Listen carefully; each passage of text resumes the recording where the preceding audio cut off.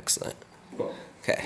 Juice824 asks, aren't all brand names overpriced though? Even Walmart $10 t-shirts are, which probably cost under $1 to manufacture.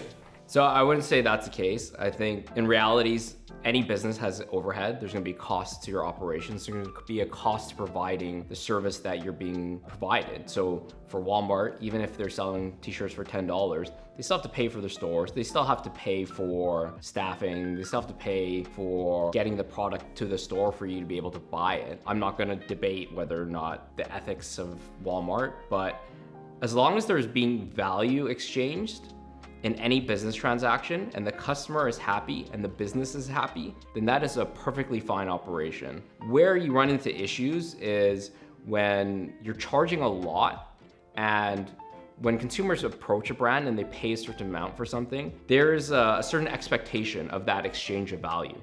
And it's when businesses use the goodwill that they've built up, and brands have used the goodwill they've built up and the reputation to take advantage of that. That's when you run into issues of things being overpriced and under-delivering on the promises, or at least the perceived promises that your brand has created. So at the end of the day, it's only when brands abuse that reputation and perceived value change that customers are going to get is when things are overpriced. Joy Tees asks, yes, please, dive into fabric stability, into buttery, soft, active wear, but does that mean it won't last as long? Yes, that means it won't last as long. Buttery soft fabric is fabric that has been, again, we keep talking about the subject, but it's fabric that's been brushed, and you're actively destroying the filaments of the yarn to create that kind of like shag carpet like feeling that feels very buttery soft, feels very smooth because it's lower friction.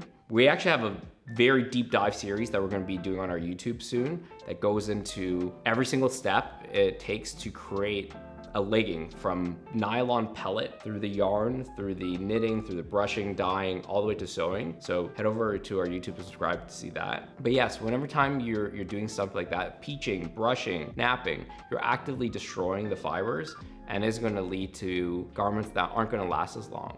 That being said, you look at fabrics that aren't brushed these days and don't have a peached effect, and people don't like the aesthetic of that because it looks like athletic wear, because it's often shiny, it's very smooth. People like the matte look that you get from peaching and brushing fabric just as much as they like the soft butteriness of it. That being said, different filaments, different fibers are gonna react differently to brushing. So something that is super brushed might last a lot longer than something is not as brushed, based off of the composition and the actual filaments that make up that fabric. K.Carpenter2 asks, can you do a question on the difference between polyester and nylon?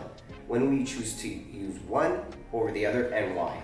Okay, so they're different molecules, they're different types of plastic. Polyester is gonna be cheaper than nylon, so if cost is gonna be a consideration, polyester is gonna be what you wanna use. If you want lots of sweat wicking, if you want quick drying, you're gonna be going with polyester. If you wanted to do dye sublimation, you're gonna go with polyester. If you want something that feels softer and feels a little bit more comfortable, you're gonna be going with nylons. If you want something with higher tensile strength, you'll go with nylons. However, nylons are hydrophilic, so they're not gonna be as good at sweat wicking as polyester. So really, it ultimately depends on what you want to create it for. It's like saying a sports car versus a family sedan, which is better. They're different things. If you want to have fun, you'll go with the sports car. If you want practicality, you're going to go with the sedan. Same thing comes to fabric composition. Different ones are going to have different benefits for different applications. If you really want to learn more about this, we will probably do like a half-an-hour video of this on our YouTube on what to choose. But there's just too many different characteristics you have to consider for us to do it in a short form reel like this. To be honest, this list is like really long of the cost benefit analysis of both, but to really simplify it, it's if cost is a big consideration, polyester, you're willing to spend a little more and create something that's a little more comfortable for the end user, go with nylon. Hey, so from our kit video, Shy Savage 7594 asks, why is it so hard to find blank like this and with this type of quality? 100% jersey cotton. So I think when it comes to blanks, you have to really look at who are blanks' target market and their customer base. Often it's gonna be merch, people printing t-shirts for events, friends, families, or brands starting out. And you have to look at what is the knowledge of those consumers. So oftentimes when it comes to the people buying blanks, you're not gonna have the knowledge to know what's the difference between different jerseys, different weights. The only decision-making process for them is color and price. So are there blanks brands out there that have higher quality products? Absolutely. But most of the time, their target market and their consumer base just doesn't know the difference to justify that increased price. Plus, I think a lot of brands that are starting out don't know how to price products and market products when they're spending $20, $25 on a blank t-shirt. But if they're spending $5, $3 on a blank, they can probably figure out how to sell a t-shirt for 20, 25 bucks. So ultimately, there are gonna be brands out there that have high quality blanks. They just don't have the visibility of every other blanks company. How Consumer One asks, do you tell the failed factories that you failed them? Yeah, okay, so I think he's talking about when we audit factories. So a lot of factories hit us up to work with us, well over 100 a year, contact us to work with us, and we're always looking through our network to find new factories. But we probably only add maybe 4 to 5 factories to our actual network every single year. It's a very stringent process. We have very particular standards. I'm sure you guys realize by now I'm very particular. We first interview a factory.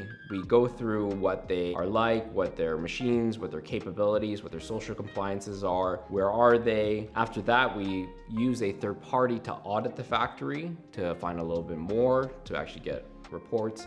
And then if they pass that step, I'll actually go visit the factory myself, because there's certain things that you can't actually know about a factory without visiting it, right? If I visit a factory, I'm like, there's like 3 light bulbs that are out there. It says a little bit about a factory, and I've done this so many times. I can feel when something's off at a factory. Our last trip, we actually went to a factory that I would say is a show factory. Anytime I see a ping pong table or a pool table in the factory, my suspicion radar instantly goes off, because nobody in the garment industry has any time for that kind of stuff. Debating whether or not to put that clip out there, because I don't want to cause a lot of drama, but when it comes to failing factories, we fail a lot of them, and we absolutely tell them, hey, it's not going to be working out. You're not meeting our particular standards, and you've got to do this, because if you don't, they're just going to constantly hit you up and hound you. And I don't want my inboxes flooded. I don't want my staff's inbox flooded. So don't leave anyone hanging. Don't ghost people in real life. Don't ghost people in relationships, and don't ghost factories. Just let people know. It's about being mature at the end of the day. But yes, audit all your factories, check all your factories, and let them know if you're not going to work with them. More of the story, no ghosting.